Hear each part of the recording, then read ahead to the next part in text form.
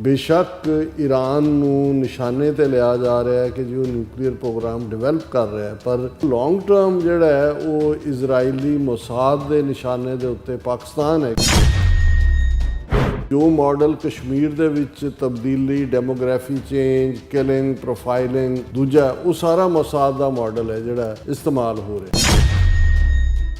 इस किस्म का कोआर्डीनेटेड काम 10 ਥਾਵਾਂ ਤੇ इस किस्म का काम जिहड़ा है ये मोसाद तो बिना जिहड़ा ईवन इंडियन एजेंसियां भी राह अपने तौर पर करने की हिम्मत नहीं रखती।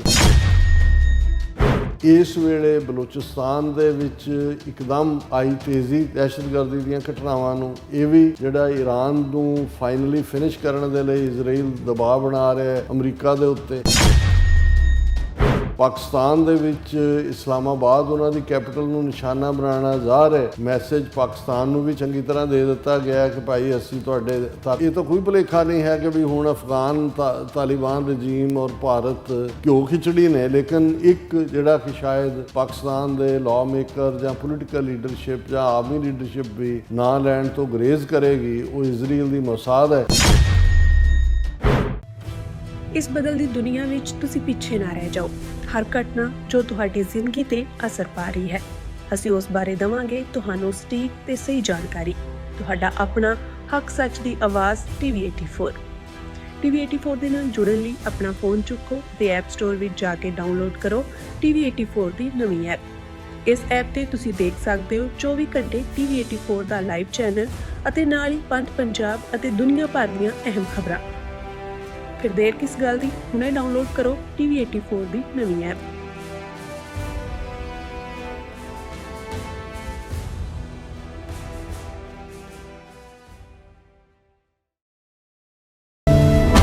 Viewers welcome back our program. So viewers गलबात करन जा रहे हैं कि एक पासे अमरीका ते ईरान विचाले न्यूक्लीयर मुद्दे ते मस्कट ओमान विच गलबात चल रही है और जिस विच प्रेजिडेंट ट्रंप वालों पाकिस्तान नूं सद्दा दिता गया सी, पर दूसरे पासे पाकिस्तान विच हिंसक घटनावां विच तेज़ी नाल वाधा हो रहा है और बलोचिस्तान दहशतगर्दां नूं 10 ਤੋਂ ज़्यादा ਥਾਵਾਂ ਤੇ दहशतगर्द हमलिਆਂ ਤੋਂ बाद इस्लामाबाद विचली एक शिया मसीत नूं निशाना बनाया गया है और मसीत ते होए दहशतगर्द हमले विच 30 ਤੋਂ ज़्यादा लोग मारे गए हैं ਅਤੇ 200 ਦੇ करीब ਜ਼ਖਮੀ ਹੋਏ ਨੇ और पाकिस्तान ਦੀ डिफेंस मिनिस्टर ने इस दहशतगर्द हमले ਲਈ ਭਾਰਤ ਅਤੇ अफगानिस्तान ਦੀ तालिबान सरकार ਨੂੰ दोषी दस्सिया।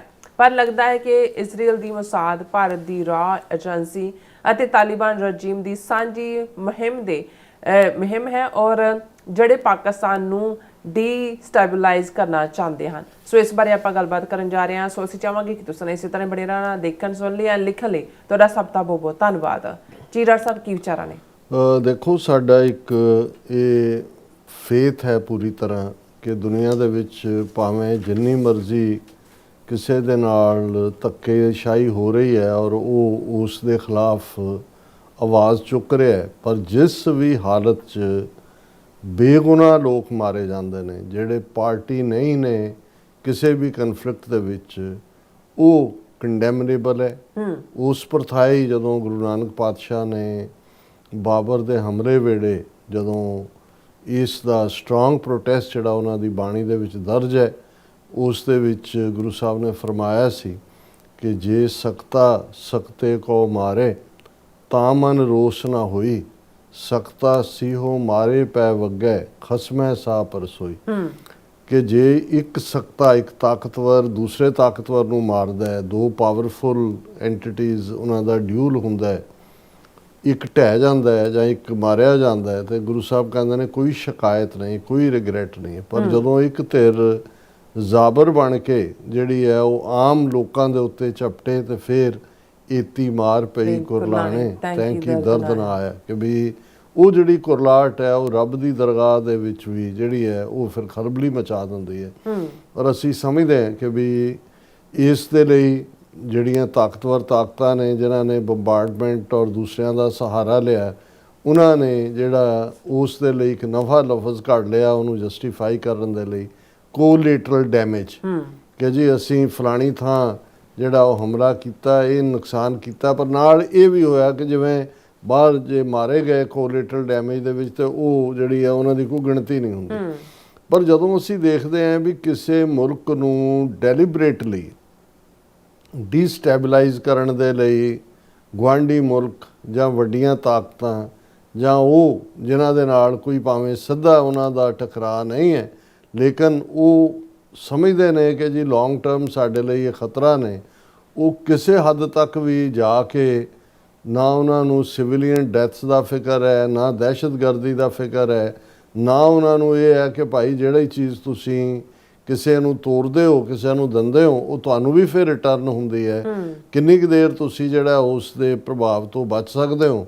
ਲੇਕਿਨ ਅਸੀਂ ਜੋ ਕੁਝ ਵਰਤਾਰਾ ਦੇਖ ਰਹੇ ਹਾਂ, ਔਰ ਇਹ ਸਾਡੇ ਲਈ ਜਦੋਂ ਵੀ ਅਸੀਂ ਪਾਕਿਸਤਾਨ ਦੇ ਹਵਾਲੇ ਨਾਲ ਕੋਈ ਟੌਪਿਕ ਕਰਦੇ ਹਾਂ ਤਾਂ ਸਾਡਾ ਹਮੇਸ਼ਾ ਇਹ ਹੁੰਦਾ ਹੈ ਕਿ ਵੀ ਇੱਕ ਹਮਸਾਇਆ ਮੁਲਕ ਖਾਲਿਸਤਾਨ ਦਾ, ਸਾਡੀ ਸਾਂਝੀ ਤਹਿਜ਼ੀਬ, ਇੱਕ ਉਹ ਮੁਲਕ ਜਿਹੜਾ ਮਜ਼ਹਬ ਦੀ ਬਿਨਾਹ ਦੇ ਉੱਤੇ ਹੋਣ ਦੇ ਵਿੱਚ ਆਇਆ ਔਰ ਉਸ ਦੀ ਸਕਸੈਸ ਸਟੇਬਿਲਿਟੀ ਨੂੰ ਅਸੀਂ ਇੱਕ ਜਿਹੜਾ ਰੋਲ ਮਾਡਲ ਦੇ ਤੌਰ ਦੇ ਉੱਤੇ ਦੇਖਦੇ ਹਾਂ, ਇੱਕ ਪ੍ਰੈਸੀਡੈਂਟ ਦੇ ਤੌਰ ਤੇ ਦੇਖਦੇ ਹਾਂ, ਕਿਉਂਕਿ ਸਾਡਾ ਖਾਲਿਸਤਾਨ ਮੁਲਕ ਦਾ ਸੰਘਰਸ਼ ਵੀ ਜਿਹੜਾ ਉਸੇ ਲਾਈਨ ਦੇ ਉੱਤੇ ਹੀ ਹੈ। ਔਰ ਇਸ ਦੇ ਨਾਲ ਨਾਲ ਸਾਡੀਆਂ ਤਹਿਜ਼ੀਬ ਦੀਆਂ ਸਾਂਝਾਂ, ਸਾਡੀਆਂ ਬੋਲੀ ਸੱਭਿਆਚਾਰ, ਸਾਡੇ ਗੁਰੂ ਸਾਹਿਬਾਨ ਦੇ ਪਵਿੱਤਰ ਮੁਕਾਮ, ਸਾਡਾ ਹੈਰੀਟੇਜ, ਇਹ ਸਾਰੀਆਂ ਸਾਂਝਾਂ। ਔਰ ਖ਼ਾਸ ਤੌਰ 'ਤੇ ਜਦੋਂ ਕੱਲ੍ਹ ਵੀ ਅਸੀਂ ਕਸ਼ਮੀਰ ਸੋਲੀਡੈਰਿਟੀ ਡੇ ਦੇ ਹਵਾਲੇ ਨਾਲ ਇੱਕ ਮੁਕੰਮਲ ਸੈਗਮੈਂਟ ਕੀਤਾ ਤਾਂ ਫਿਰ ਅਸੀਂ ਦੇਖਦੇ ਹਾਂ ਕਿ ਕਿਵੇਂ ਜਿਨ੍ਹਾਂ ਪੜਾਵਾਂ 'ਚੋਂ ਸਾਡਾ ਸੰਘਰਸ਼ ਲੰਘ ਰਿਹਾ, ਜਿਸ ਦੁਸ਼ਮਣ ਦੇ ਖਿਲਾਫ ਔਰ ਉਸ ਦੀਆਂ ਜਿਹੜੀਆਂ ਨੇ ਇਨਸਾਨ ਮਾਰੂ ਨੀਤੀਆਂ ਜਿਹਦੇ ਲਈ ਉਹਨਾਂ ਨੇ ਪੰਜਾਬ ਨੂੰ ਲੈਬੋਰਟਰੀ ਬਣਾਇਆ, ਹੁਣ ਕਸ਼ਮੀਰ ਦੇ ਉੱਤੇ ਉਹ ਜ਼ੁਲਮ ਬਰਾਬਰ ਚੱਲ ਰਿਹਾ। ਸੋ ਇਹ ਵੀ ਸਾਡੀਆਂ ਸਾਂਝਾਂ ਨੇ ਔਰ ਇਸ ਦੇ ਲਈ ਅਸੀਂ ਟੂਗੈਦਰਨੈਸ ਦਾ ਹਮੇਸ਼ਾ ਪ੍ਰਗਟਾਵਾ ਕਰਦੇ ਹਾਂ। ਅਸੀਂ ਇਹ ਦੇਖਿਆ ਕਿ ਵੀ ਭਾਰਤ ਨੇ ਜਿਸ ਦੇ ਹਿੰਦੂਤਵੀ ਥਾਟ ਨੇ, ਜਦੋਂ ਅਸੀਂ ਹਿੰਦੂਤਵੀ ਕਹਿੰਦੇ ਹਾਂ ਬੇਸ਼ੱਕ ਪਾਵਰ ਤਾਂ ਹੁਣ ਇਹਨਾਂ ਦੇ ਕੋਲ, ਇਹਨਾਂ ਦੇ ਕਹਿਣ ਮੁਤਾਬਕ 1000 ਸਾਲ ਦੀ ਗੁਲਾਮੀ ਬਾਅਦ ਆਈ, ਪਰ ਈਵਨ 47 ਤੋਂ ਬਾਅਦ ਵੀ ਜਿਹੜੀ ਕਾਂਗਰਸ ਸੈਕੂਲਰਿਜ਼ਮ ਦੇ ਲਬਾਦੇ 'ਚ ਆਈ, ਉਹਨਾਂ ਦੇ ਵੀ ਪਾਕਿਸਤਾਨ ਜਿਹੜਾ ਉਹ ਸੰਘ 'ਚੋਂ ਥੱਲੇ ਨਹੀਂ ਸੀ ਉਤਰਦਾ। ਇਹੀ ਕਾਰਨ ਹੈ ਕਿ ਕਦੇ ਉਹਨਾਂ ਨੇ ਪਾਣੀ ਨੂੰ ਐਜ਼ ਏ ਇਸ਼ੂ ਯੂਜ਼ ਕੀਤਾ, ਐਜ਼ ਏ ਵੈਪਨ, ਕਦੇ UN ਸਿਕਿਉਰਿਟੀ ਕਾਉਂਸਲ 'ਚ ਕਸ਼ਮੀਰ ਦਾ ਇਸ਼ੂ ਲੈ ਕੇ ਗਏ ਔਰ ਨਹਿਰੂ ਨੇ 47 ਤੋਂ ਬਾਅਦ 1964 ਦੇ ਵਿੱਚੋਂ ਮਰਿਆ, ਲੇਕਿਨ ਜੰਮੂ ਕਸ਼ਮੀਰ ਦਾ ਉਹਨਾਂ ਨੂੰ ਪਤਾ ਸੀ ਵੀ ਲੋਕ ਕੀ ਚਾਹੁੰਦੇ ਨੇ ਔਰ ਉਹ ਨਹੀਂ ਸੀ ਚਾਹੁੰਦੇ ਕਿ ਭਾਈ ਜੰਮੂ ਕਸ਼ਮੀਰ ਦੇ ਲੋਕ ਪਾਕਿਸਤਾਨ ਨੂੰ ਜੁਆਇਨ ਕਰਨ, ਕਿਉਂਕਿ ਜਿਹੜੀ UN ਸਿਕਿਉਰਿਟੀ ਕਾਉਂਸਲ ਦੇ ਰੈਜ਼ੋਲੂਸ਼ਨ ਸੀ ਉਹਨਾਂ ਦੇ ਵਿੱਚ ਦੋ ਹੀ ਆਪਸ਼ਨ ਸੀ, ਇੰਡੀਆ ਔਰ ਪਾਕਿਸਤਾਨ। ਸੋ ਉਹਨਾਂ ਹਾਲਾਤਾਂ 'ਚ ਇੰਦਰਾ ਗਾਂਧੀ ਤੱਕ ਪਹੁੰਚਦੇ ਹਾਂ ਜਿਹੜੀ ਅਸੀਂ ਦੇਖਦੇ ਹਾਂ ਸਾਜ਼ਿਸ਼ ਕਿ ਪਾਕਿਸਤਾਨ ਦੇ ਦੋ ਹਿੱਸੇ ਕਰਨਾ, ਜਿਵੇਂ ਮਸ਼ਰਕੀ ਪਾਕਿਸਤਾਨ ਜਿਹੜਾ ਪੂਰਬੀ ਬੰਗਾਲ ਸੀ ਉਸ ਨੂੰ ਜਿਵੇਂ ਇਹਨਾਂ ਨੇ ਸੋ ਕਾਲਡ ਮੁਕਤੀ ਵਾਹਿਨੀ ਦੇ ਨਾਂ ਥੱਲੇ ਔਰ ਸ਼ੇਖ ਮੁਜੀਬੁਰ ਰਹਿਮਾਨ ਨੂੰ ਬਿਲਟ ਕਰਕੇ ਜਿਹੜਾ ਐਜ਼ ਏ ਪ੍ਰੋਕਸੀ ਯੂਜ਼ ਕੀਤਾ।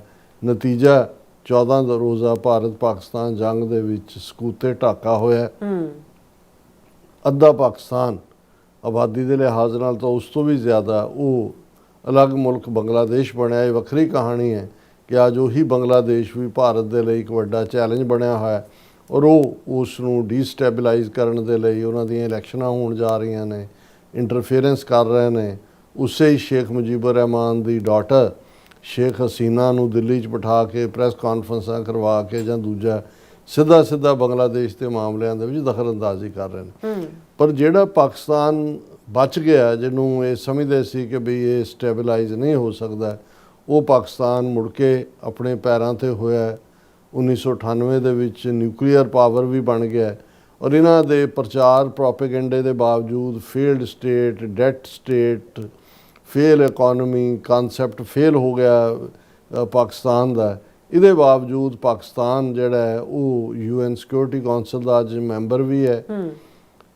4 ਰੋਜ਼ਾ ਭਾਰਤ ਪਾਕਿਸਤਾਨ ਮਿਸਾਈਲ ਡਰੋਨ ਜੰਗ ਦੇ ਵਿੱਚ ਭਾਰਤ ਨੂੰ ਉਹਨੇ ਲੋਹੇ ਦੇ ਚਣੇ ਵੀ ਚਬਾਏ ਨੇ ਔਰ ਪਾਕਿਸਤਾਨ ਦਾ ਰੁਤਬਾ ਜਿਹੜਾ ਉਹ ਇਸ ਲੈਵਲ 'ਤੇ ਹੈ ਕਿ ਵੀ ਸਾਊਦੀ ਅਰੇਬੀਆ ਨੇ ਉਹਦੇ ਨਾਲ ਡਿਫੈਂਸ ਪੈਕਟ ਕੀਤਾ।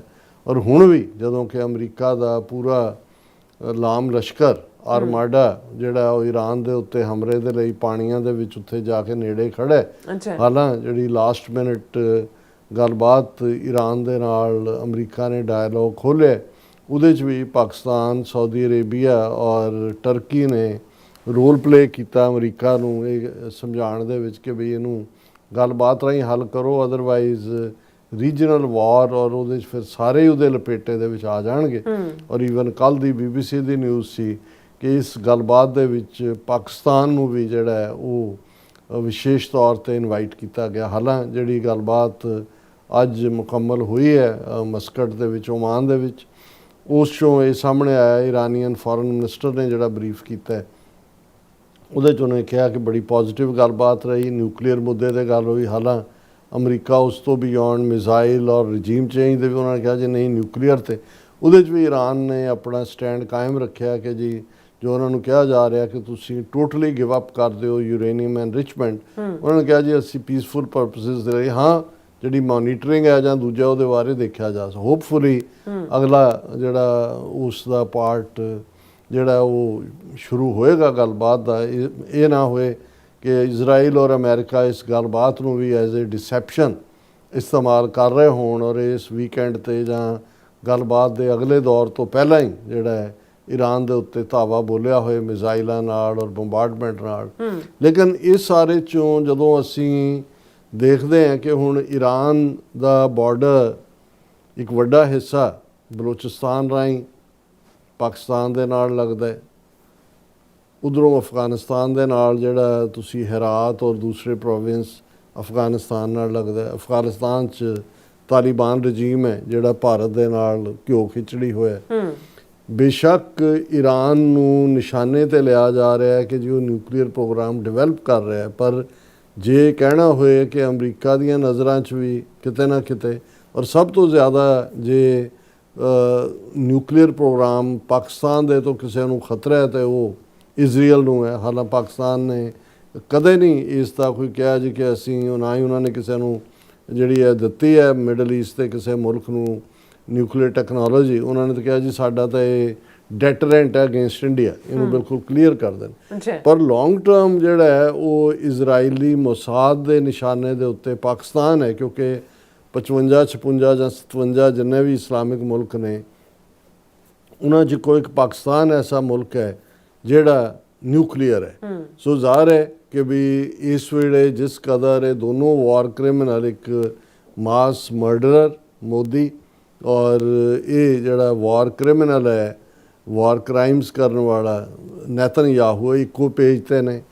ਔਰ ਜਿਵੇਂ ਮੋਦੀ ਪਹਿਲਾ ਪ੍ਰਾਈਮ ਮਿਨਿਸਟਰ ਬਣਿਆ ਔਰ ਅਸੀਂ ਜਦੋਂ ਐਪਸਟਾਈਨ ਫਾਈਲਸ ਦਾ ਜ਼ਿਕਰ ਕਰਦੇ ਹਾਂ ਕਿ ਕਿਵੇਂ ਉਸ ਰਾਹੀਂ ਉੱਥੇ ਗਿਆ ਨੇਤਨਯਾਹੂ ਨੂੰ ਟਰੰਪ ਲਈ ਵੀ ਡਾਂਸ ਐਂਡ ਸੈਂਗ, ਪਰ ਇਹ ਜਿਹੜੀ ਮੋਸਾਦ ਔਰ ਇੰਡੀਅਨ ਇੰਟੈਲੀਜੈਂਸ ਰਾਹ ਦੀ ਕਲੋਜ਼ਨੈਸ ਹੈ, ਹਾਲਾਂਕਿ ਇਹ ਨਹੀਂ ਹੈ ਵੀ ਹੁਣੇ ਹੋਈ ਹੈ, 80s ਦੇ ਵਿੱਚ ਹੋਈ। ਔਰ ਅਸੀਂ ਹਮੇਸ਼ਾ ਜਦੋਂ ਜੂਨ 84 ਦਾ ਦਰਬਾਰ ਸਾਹਿਬ 'ਤੇ ਹਮਲਾ ਹੈ ਘੱਲੂਘਾਰਾ 84, ਉਸ ਦੇ ਵਿੱਚ ਵੀ ਉਹਦਾ ਕੀ ਰੋਲ ਹੈ ਅਜੇ ਸਾਹਮਣੇ ਨਹੀਂ ਆਇਆ, ਪਰ ਇਹਦੇ 'ਚ ਕੋਈ ਸ਼ੱਕ ਨਹੀਂ ਹੈ ਕਿ ਜਿਹੜੀ ਟੌਰਚਰ ਦੇ ਅੱਡ-ਅੱਡ ਤਰੀਕੇ ਪੰਜਾਬ ਪੁਲਿਸ ਜਾਂ ਦੂਜੇ ਤੀਜੇ ਨੇ ਉਸ ਦੇ ਵਿੱਚ ਜਿਹੜਾ ਹੈ ਉਹ ਉਹਨਾਂ ਦੀ ਟ੍ਰੇਨਿੰਗ ਰਹੀ ਹੈ। ਇੰਡੀਅਨ ਇੰਟੈਲੀਜੈਂਸ ਦੇ ਜਿਹੜੇ ਪੰਜਾਬ ਪੁਲਿਸ ਇੰਟੈਲੀਜੈਂਸ ਦੇ ਲੋਕ ਉੱਥੇ ਜਾਂਦੇ ਰਹੇ ਨੇ ਔਰ ਉਹ ਸਾਰਾ ਪਾਰਟ ਵੀ ਸਾਹਮਣੇ। ਫਿਰ ਅਸੀਂ ਇਹ ਦੇਖਦੇ ਹਾਂ ਕਿ ਵੀ ਇੱਕ ਸਟੇਜ ਦੇ ਉੱਤੇ 90s ਦੇ ਵਿੱਚ ਹੀ ਕਹੂਟਾ ਉਹਨਾਂ ਦੇ ਨਿਊਕਲੀਅਰ ਪਲਾਂਟ ਨੂੰ ਟਾਰਗੇਟ ਕਰਨ ਦੇ ਲਈ ਜਿਹੜਾ ਇੱਕ ਪੂਰੀ ਸਾਜ਼ਿਸ਼ ਮੋਸਾਦ ਔਰ ਰਾਹ ਦੀ ਸੀ, ਜਿਹਨੂੰ ਜਿਹੜਾ ਪਾਕਿਸਤਾਨ ਨੇ ਜਦੋਂ ਵਾਰਨ ਕੀਤਾ ਤੇ ਉਹਨਾਂ ਨੂੰ ਉਹ ਅਬੈਂਡਨ ਕਰਨੀ ਪਈ। ਫਿਰ ਜੋ ਮਾਡਲ ਕਸ਼ਮੀਰ ਦੇ ਵਿੱਚ ਤਬਦੀਲੀ, ਡੈਮੋਗ੍ਰਾਫੀ ਚੇਂਜ, ਕਿਲਿੰਗ, ਪ੍ਰੋਫਾਈਲਿੰਗ, ਦੂਜਾ ਉਹ ਸਾਰਾ ਮੋਸਾਦ ਦਾ ਮਾਡਲ ਹੈ ਜਿਹੜਾ ਇਸਤੇਮਾਲ ਹੋ ਰਿਹਾ। ਹੁਣ ਕਿਉਂਕਿ ਇਹ ਜਿਹੜਾ ਵਾਕਿਆ ਅੱਜ ਇਸਲਾਮਾਬਾਦ ਦੇ ਵਿੱਚ ਉਹਨਾਂ ਦੀ ਜਿਹੜੀ ਹੈ ਮਸੀਤ ਹੈ ਇਮਾਮ ਬਰਗਾ ਕਾਸਰੇ ਖਾਦੀਜ਼ਤੁਲ ਕੁਬਰਾ, ਇਹ ਸ਼ੀਆ ਮੌਸਕ ਹੈ ਇਸਲਾਮਾਬਾਦ ਦੇ ਵਿੱਚ। ਜ਼ੁਮਾ ਔਰ ਜ਼ਾਹਰ ਹੈ ਕਿ ਜਿਹੜੀ ਜ਼ੁਮੇ ਦੀ ਨਮਾਜ਼ ਹੈ ਉਹ ਜਿਹੜੀ ਹੈ ਜਮਾਤੀ ਤੌਰ 'ਤੇ ਪੜ੍ਹੀ ਜਾਂਦੀ ਹੈ ਵੱਡੀ ਗਿਣਤੀ 'ਚ। ਇਸ ਇਮਾਮਗਾਹ ਦੇ ਵਿੱਚ ਜਿਹੜੇ ਨੇ ਲੋਕ ਇਕੱਠੇ ਸੀ, ਜਦੋਂ ਕਿ ਸੁਸਾਈਡਰ ਬੰਬਰ ਵੀ ਨੇ ਨਾਲ ਹਥਿਆਰ ਵੀ ਵਰਤੇ ਨੇ ਔਰ ਉਹਦੇ ਵਿੱਚ ਜਿਹੜੇ ਰੱਬ ਦੀ ਇਬਾਦਤ ਦੇ ਵਿੱਚ ਜੁੜੇ ਹੋਏ ਲੋਕ ਉਹਨਾਂ 'ਚੋਂ ਆਲਮੋਸਟ ਜਿਹੜੇ ਨੇ 31 ਡੈਥਸ ਹੋਈਆਂ ਨੇ, 170 ਦੇ ਕਰੀਬ, 200 ਤੱਕ ਕਈਆਂ ਨੇ ਫਿਗਰ 200 ਪਲੱਸ ਦਿੱਤੀ ਹੈ, ਉਹ ਜ਼ਖਮੀ ਨੇ, ਜਿਨ੍ਹਾਂ 'ਚੋਂ ਕੁਛ ਜਿਹੜੇ ਨੇ ਗੰਭੀਰ ਜ਼ਖਮੀ ਨੇ। ਇਹ ਹਮਲਾ ਹੋਇਆ ਕਿਉਂਕਿ ਇਸਲਾਮਾਬਾਦ ਵਰਲਡ ਬਹੁਤ ਪ੍ਰੋਟੈਕਟਡ ਹੈ ਕੈਪੀਟਲ ਦੇ ਨਾਤੇ। ਔਰ ਇਸ ਤੋਂ ਅਸੀਂ ਕੁਛ ਦਿਨ ਪਹਿਲਾਂ ਦੇਖਿਆ ਕਿ ਬਲੋਚਿਸਤਾਨ ਦੇ ਵਿੱਚ ਸਾਈਮਲਟੇਨੀਅਸਲੀ 11-12 ਥਾਵਾਂ 'ਤੇ ਜਿਹੜਾ ਜਿਨ੍ਹਾਂ 'ਚ ਉਹਨਾਂ ਦੀ ਕੈਪੀਟਲ ਕਹੂਟਾ ਜਿਹੜੀ ਹੈ ਕੋਇਟਾ ਸਮੇਤ ਜਿਹੜੇ ਬਾਕੀ ਵੀ ਬੜੇ ਸਿਵਿਲੀਅਨ ਟਾਰਗੇਟ ਸੀ, ਉਹਦੇ 'ਤੇ ਬਲੋਚ ਦਹਿਸ਼ਤਗਰਦਾਂ ਨੇ ਜਿਹੜਾ ਹਮਲਾ ਕੀਤਾ। ਉਸ ਦੇ ਵਿੱਚ ਵੱਡੀ ਗਿਣਤੀ ਦੇ ਵਿੱਚ ਦਹਿਸ਼ਤਗਰਦ ਵੀ ਮਾਰੇ ਗਏ, ਪਰ ਜਿਹੜਾ ਉਹਨਾਂ ਦੀ ਆਊਟਰੀਚ ਹੈ, ਇਸ ਕਿਸਮ ਦਾ ਕੋਆਰਡੀਨੇਟਡ ਕੰਮ 10 ਥਾਵਾਂ 'ਤੇ ਇਸ ਕਿਸਮ ਦਾ ਕੰਮ ਜਿਹੜਾ ਇਹ ਮੁਸਾਦ ਤੋਂ ਬਿਨਾਂ ਜਿਹੜਾ ਉਹ ਈਵਨ ਇੰਡੀਅਨ ਏਜੰਸੀਆਂ ਵੀ ਰਾਹ ਆਪਣੇ ਤੌਰ 'ਤੇ ਕਰਨ ਦੀ ਹਿੰਮਤ ਨਹੀਂ ਰੱਖਦੀ। ਕਿਉਂਕਿ ਜਦੋਂ ਮੁੰਬਈ ਬੰਬ ਧਮਾਕਾ ਹੋਇਆ ਔਰ ਸਾਈਮਲਟੇਨੀਅਸਲੀ ਜਿਹੜਾ ਉਹ ਕੁਛ ਥਾਵਾਂ 'ਤੇ 8-9 ਥਾਵਾਂ 'ਤੇ ਹੋਇਆ, ਤਾਂ ਉਹ ਤਾਂ ਸੰਭਲ ਹੀ ਨਹੀਂ ਸੀ ਪਾਏ। ਸੋ ਉਹ ਤਾਂ ਆਪ ਅਜੇ ਵੀ ਕੋਈ ਉਹਨਾਂ 'ਚ ਉਸ ਕਿਸਮ ਦਾ ਨਹੀਂ ਹੈ। ਇਹਦੇ 'ਚ ਕੋਈ ਸ਼ੱਕ ਨਹੀਂ ਹੈ ਕਿ ਵੀ ਇਸ ਵੇਲੇ ਬਲੋਚਿਸਤਾਨ ਦੇ ਵਿੱਚ ਇੱਕਦਮ ਆਈ ਤੇਜ਼ੀ ਦਹਿਸ਼ਤਗਰਦੀ ਦੀਆਂ ਘਟਨਾਵਾਂ ਨੂੰ, ਇਹ ਵੀ ਜਿਹੜਾ ਈਰਾਨ ਨੂੰ ਫਾਈਨਲੀ ਫਿਨਿਸ਼ ਕਰਨ ਦੇ ਲਈ ਇਜ਼ਰਾਈਲ ਦਬਾਅ ਬਣਾ ਰਿਹਾ ਹੈ ਅਮਰੀਕਾ ਦੇ ਉੱਤੇ। ਪਾਕਿਸਤਾਨ ਦੇ ਵਿੱਚ ਇਸਲਾਮਾਬਾਦ ਉਹਨਾਂ ਦੀ ਕੈਪੀਟਲ ਨੂੰ ਨਿਸ਼ਾਨਾ ਬਣਾਉਣਾ ਜ਼ਾਹਰ ਹੈ ਮੈਸੇਜ ਪਾਕਿਸਤਾਨ ਨੂੰ ਵੀ ਚੰਗੀ ਤਰ੍ਹਾਂ ਦੇ ਦਿੱਤਾ ਗਿਆ ਕਿ ਭਾਈ ਅਸੀਂ ਤੁਹਾਡੇ ਤੱਕ। ਔਰ ਜੇ ਤੁਸੀਂ ਬਲੋਚਿਸਤਾਨ ਦਾ ਕੁੱਲ ਮਿਲਾ ਕੇ ਦੇਖੋ ਜਿਹੜਾ, ਕਿਉਂਕਿ ਈਰਾਨ ਦੇ ਨਾਲ ਲੱਗਦਾ ਹੈ, ਸੋ ਇਹ ਜਦੋਂ ਵੀ ਇਹ ਜਿਹੜਾ ਇਸਲਾਮਾਬਾਦ ਦੇ ਵਿੱਚ ਅੱਜ ਇਹ ਕਾਰਾ ਕੀਤਾ ਇਹਨਾਂ ਨੇ ਦਹਿਸ਼ਤਗਰਦਾਂ ਨੇ, ਉਸ ਦੇ ਉੱਤੇ ਪਾਕਿਸਤਾਨ ਦੇ ਡਿਫੈਂਸ ਮਿਨਿਸਟਰ ਖਵਾਜਾ ਆਸਫ ਨੇ ਸਿੱਧਾ ਕਿਹਾ ਕਿ ਭਾਈ ਇਹ ਇੰਡੀਆ ਔਰ ਅਫਗਾਨਿਸਤਾਨ ਦਾ ਜੁਆਇੰਟ ਲਿੰਕ ਹੈ। ਇਹ ਜਿਹੜੇ ਬੰਦਿਆਂ ਦੀ ਮਾਰੇ ਗਏ ਜਾਂ ਹੋ ਸਕਦਾ ਕੋਈ ਫੜਿਆ ਵੀ ਗਿਆ ਹੋਏ, ਉਹਨਾਂ ਤੋਂ ਆਇਆ ਕਿ ਉਹ ਫਰੀਕੁਐਂਟਲੀ ਅਫਗਾਨਿਸਤਾਨ ਉਹਨਾਂ ਦੀ ਵਿਜ਼ਿਟ ਸੀ, ਆਉਣਾ ਜਾਣਾ ਸੀ। ਸੋ ਉਸ ਤੋਂ ਇਹ ਲੱਗਦਾ ਇਹ ਤਾਂ ਕੋਈ ਭੁਲੇਖਾ ਨਹੀਂ ਹੈ ਕਿ ਵੀ ਹੁਣ ਅਫਗਾਨ ਤਾਲਿਬਾਨ ਰਜੀਮ ਔਰ ਭਾਰਤ ਘਿਓ ਖਿਚੜੀ ਨੇ। ਲੇਕਿਨ ਇੱਕ ਜਿਹੜਾ ਕਿ ਸ਼ਾਇਦ ਪਾਕਿਸਤਾਨ ਦੇ ਲਾਅ ਮੇਕਰ ਜਾਂ ਪੋਲੀਟੀਕਲ ਲੀਡਰਸ਼ਿਪ ਜਾਂ ਆਰਮੀ ਲੀਡਰਸ਼ਿਪ ਵੀ ਨਾ ਲੈਣ ਤੋਂ ਗਰੇਜ਼ ਕਰੇਗੀ, ਉਹ ਇਜ਼ਰਾਈਲ ਦੀ ਮੋਸਾਦ ਹੈ। ਸਾਨੂੰ ਤਾਂ ਕੋਈ ਨਹੀਂ ਰੋਕ ਸਕਦਾ। ਮੈਂ ਜੋ ਇਸ ਸਾਰੇ ਸਿਨੇਰੀਓ ਨੂੰ ਦੇਖਦਾ, ਮੈਨੂੰ ਇਹ ਲੱਗਦਾ ਹੈ ਕਿ ਬਈ ਇਹ ਜਿਹੜਾ ਪਾਕਿਸਤਾਨ ਦੀ ਡਿਸਟਰਕਸ਼ਨ ਗੱਲ ਜਿਹਨੂੰ ਕਹਿੰਦੇ ਨੇ ਵੀ ਕਹੀਂ ਪੇ ਆਂਖ ਕਹੀਂ ਪੇ ਨਿਸ਼ਾਨਾ, ਜੀ ਅੱਖ ਕਿਸੇ ਪਾਸੇ ਹੈ, ਨਿਸ਼ਾਨਾ ਕਿਸੇ ਪਾਸੇ ਹੈ। ਸੋ ਇੱਕ ਪਾਸੇ ਹੁਣ ਸ਼ੀਆ ਮਸੀਤ ਨੂੰ ਟਾਰਗੇਟ ਕਰਨਾ ਹੁਣ ਜ਼ਾਹਰ ਹੈ ਈਰਾਨ ਦੇ ਜਿਹੜੇ ਮੈਜੋਰਿਟੀ ਲੋਕ ਨੇ ਉਹਨਾਂ ਦਾ ਮਜ਼ਹਬ ਸ਼ੀਆ ਹੈ। ਸੋ ਵਿਦਨ ਪਾਕਿਸਤਾਨ ਵੀ ਸ਼ੀਆ ਸੁੰਨੀ ਜਿਹੜਾ ਉਸ ਕਲੈਸ਼ ਨੂੰ ਵਧਾਵਾ ਦੇਣਾ ਕਿ ਜੀ ਦੇਖੋ ਇਹ ਕਰ ਰਹੇ ਨੇ। ਇਸਲਾਮਾਬਾਦ ਨੂੰ ਨਿਸ਼ਾਨੇ 'ਤੇ ਲੈਣ ਦਾ ਮਤਲਬ ਇਹ ਹੈ ਕਿ ਵੀ ਈਵਨ ਤੁਹਾਡਾ ਸਭ ਤੋਂ ਮਹਿਫੂਜ਼ ਸਿਟੀ ਵੀ ਜਿਹੜਾ ਉਹ ਸਾਡੀਆਂ ਗਨ ਸ਼ਾਟਸ ਥੱਲੇ ਹੈ। ਔਰ ਆਉਣ ਵਾਲੇ ਜਿਹੜੇ ਨੇ ਅਫਗਾਨਿਸਤਾਨ ਤੋਂ ਆਉਣ ਜਾਣ ਵਾਲੇ ਇਹ ਵੀ ਦੱਸ ਰਹੇ ਨੇ ਕਿ ਭਾਈ ਜਿਹੜਾ ਅਸੀਂ ਜਿਹੜਾ ਕਿਸੇ ਹੱਦ ਤੱਕ ਵੀ ਜਾਵਾਂਗੇ ਅਫਗਾਨ ਰਜੀਮ ਦੇ ਨਾਲ। ਆਲਰੇਡੀ ਪਾਕਿਸਤਾਨ ਨੇ ਉਹਨਾਂ ਦੇ ਉੱਤੇ ਹਵਾਈ ਹਮਲੇ ਵੀ ਕੀਤੇ ਹੋਏ ਨੇ ਕਿ ਭਾਈ ਇਹ ਬੰਦ ਕਰੋ। ਤਹਿਰੀਕੇ ਤਾਲਿਬਾਨ ਜਿਹੜਾ ਆਪਣੇ ਕਿਸਮ ਦਾ ਰਜੀਮ ਪਾਕਿਸਤਾਨ 'ਚ ਲਿਆਉਣਾ ਚਾਹੁੰਦਾ, ਉਹ ਆਪਣੀ ਦਹਿਸ਼ਤਗਰਦੀ ਦੀਆਂ ਘਟਨਾਵਾਂ ਕਰਾ ਰਿਹਾ। ਔਰ ਜਿਸ ਹਵਾਲੇ ਨਾਲ ਇੱਕਦਮ ਫਿਰ ਭਾਰਤੀ ਮੀਡੀਆ ਜਿਹੜਾ ਉਹ ਡਿਫੈਂਸਿਵ ਹੋ ਜਾਂਦਾ, ਜਿਵੇਂ ਮੈਂ ਦਾ ਹਿੰਦੂ ਦਾ ਐਡੀਟੋਰੀਅਲ ਵੀ ਦੇਖ ਰਿਹਾ ਸੀ ਕਿ cycles of revolt on Pakistan and the Baloch rebels, Pakistan risks being an eternal conflict with the Baloch rebels. ਹੁਣ ਉਹ ਸਲਾਹ ਦੇ ਰਹੇ ਨੇ ਕਿ ਜੀ ਦੇਖੋ ਐਵੇਂ ਤੁਸੀਂ ਭਾਰਤ ਦੇ ਉੱਤੇ ਇਲਜ਼ਾਮ ਨਾ ਲਾਓ, ਕਿਉਂਕਿ ਜਦੋਂ ਪਾਕਿਸਤਾਨ ਦੇ ਡਿਫੈਂਸ ਮਿਨਿਸਟਰ ਨੇ ਖਵਾਜਾ ਆਸਿਫ ਨੇ ਕਿਹਾ ਕਿ ਵੀ ਇਹ ਭਾਰਤ ਔਰ ਅਫਗਾਨ ਰਜੀਮ ਜ਼ਿੰਮੇਵਾਰ ਹੈ, ਤੇ ਫੌਰਨ ਜਿਹੜਾ India ਟ੍ਰੈਸ਼ਿਸ਼ ਪਾਕਿਸਤਾਨ's allegations of Indian link to Islamabad bombing। ਔਰ ਇਹਦੇ 'ਚ ਉਹਨਾਂ ਦੀ ਐਕਸਟਰਨਲ ਅਫੇਅਰ ਮਿਨਿਸਟਰੀ ਨੇ ਕਿਹਾ ਕਿ ਵੀ ਇਹ ਪਾਕਿਸਤਾਨ ਜਿਹੜਾ ਉਹ ਐਡਰੈਸ ਕਰੇ ਪ੍ਰੋਬਲਮਸ ਨੂੰ, ਜਿਹੜੀ ਉਹਨਾਂ ਦੀ ਅੰਦਰੂਨੀ ਪ੍ਰੋਬਲਮ ਹੈ। ਐਵੇਂ ਖਾਮਖਾ ਤੁਸੀਂ ਭਾਰਤ ਨੂੰ ਜਿਹੜਾ ਬਲੇਮ ਨਾ ਕਰੋ, ਪਹਿਲਾਂ ਆਪਣੇ ਪੀੜੇ ਥੱਲੇ ਸੋਟਾ ਫੇਰੋ ਵੀ ਤੁਸੀਂ ਕੀ ਹੋ, ਔਰ ਉਹ ਆਪਣੀਆਂ ਪ੍ਰੋਬਲਮਸ ਆਪ ਸੋਲਵ ਕਰੋ। ਹੁਣ ਇਸ ਸਾਰੇ ਦੇ ਚੱਲਦੇ ਆ ਅਸੀਂ ਸਮਝਦੇ ਹਾਂ ਕਿ ਵੀ ਇਹ ਇੱਕ ਬਹੁਤ ਸੀਰੀਅਸ ਮੈਟਰ ਹੈ।